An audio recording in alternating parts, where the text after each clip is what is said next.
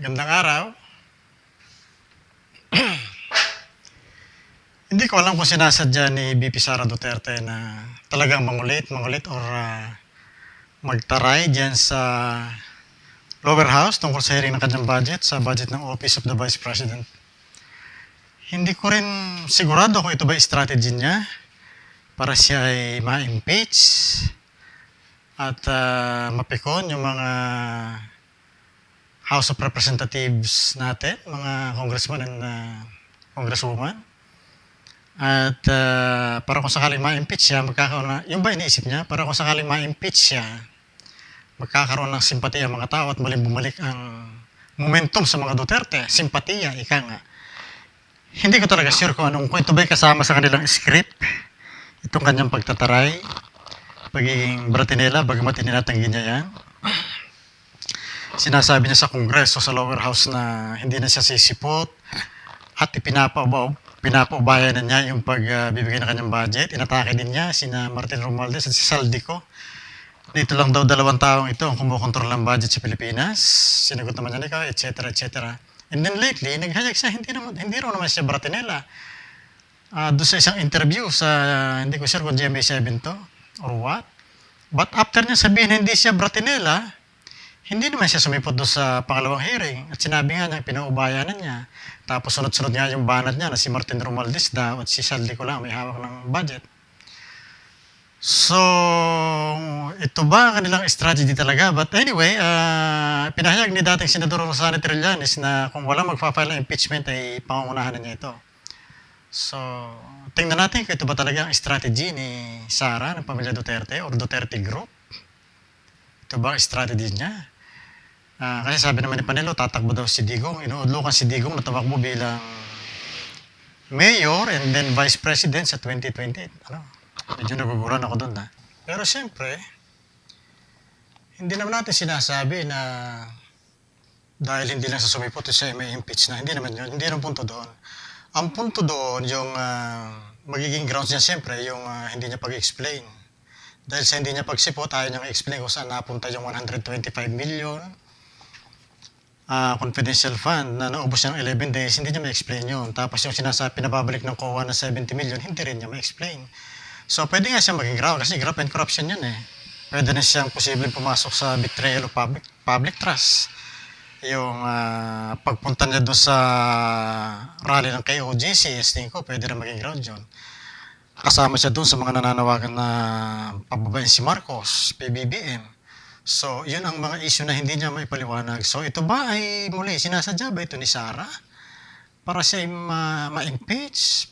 Para matuloy na ang pag-impeach sa kanya? At sa ganun, pag siya na-impeach, nagbabaka sakali sila na bumalik yung simpatiya ng mga tao. Kasi ngayon, sa nakita naman natin, yung mga naglalabas ng survey, saka yung simpatiya talaga, medyo humihina na ang karisma ng mga Duterte. Naniniwala pa rin siya na yung mga paastig-astig na ganyan pabuli-buli style, ayan pa rin ang gusto ng mga tao. Yan ba talaga ang gusto ng mga tao? So yun, muli, panoorin po natin itong pahayag ni dating Senador Antonio Trillanes tungkol sa ugong-ugong na yan ang impeachment. Yeah. Okay, pag-usapan natin yun, no? Nag-tweet kayo, impeach Sara Duterte. I think this was yesterday, no? Ano ba pinaghuhugutan ng inyong pinost na yon? Siguro simulan natin doon sa national interest. Ikabubuti ba ng ating bansa na matanggal sa pwesto si Sara Duterte given yung mga pinakita niya na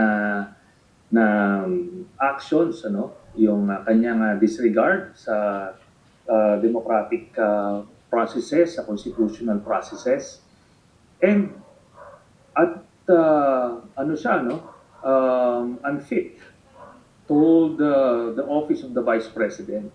And ito yan, I believe existential yung threat dito. Na-imagine natin si Sara, yung pinakita niyang asal doon sa mga nakaraang hearing, na-imagine nyo na yung ganong klaseng tao, na yung ganyang yung temperament niya, yung kanyang psychological instability, bibigyan mo ng power ng isang presidente.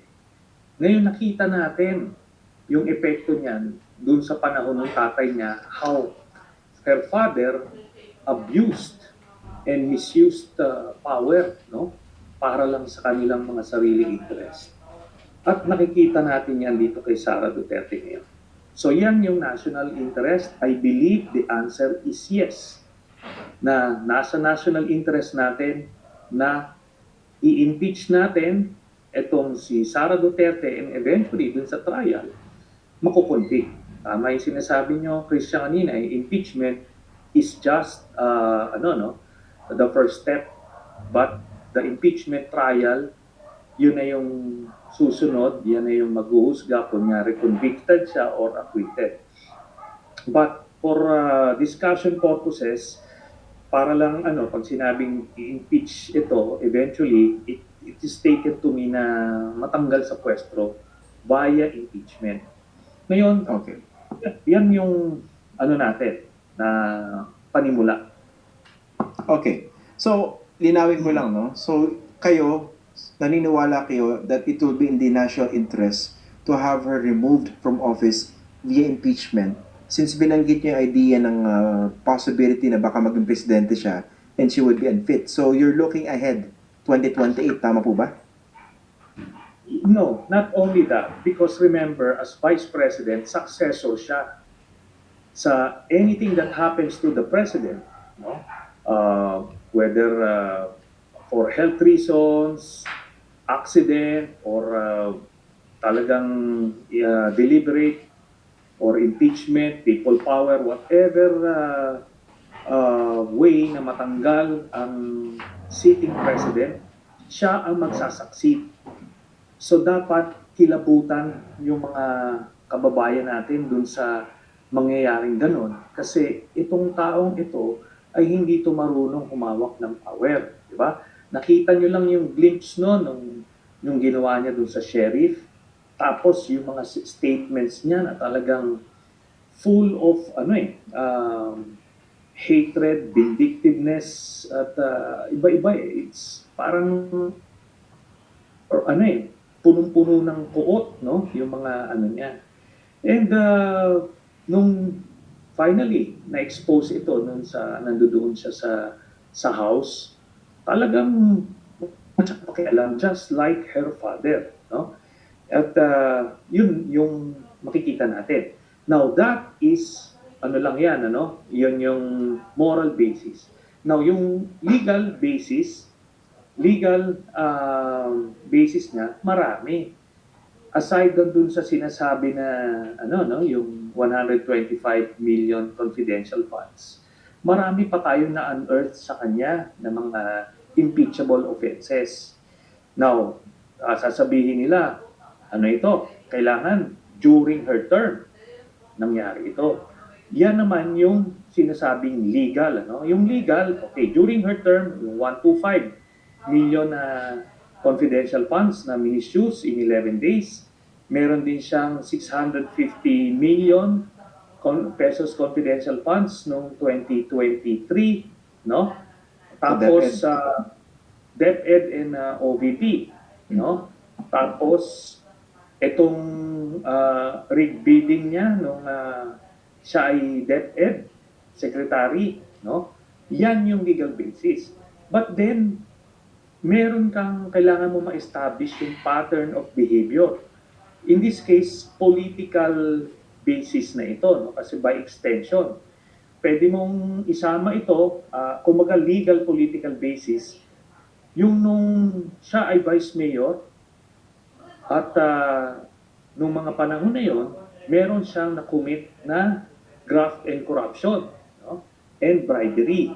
So, dito na nga yung remember yung pinag sa bank accounts niya.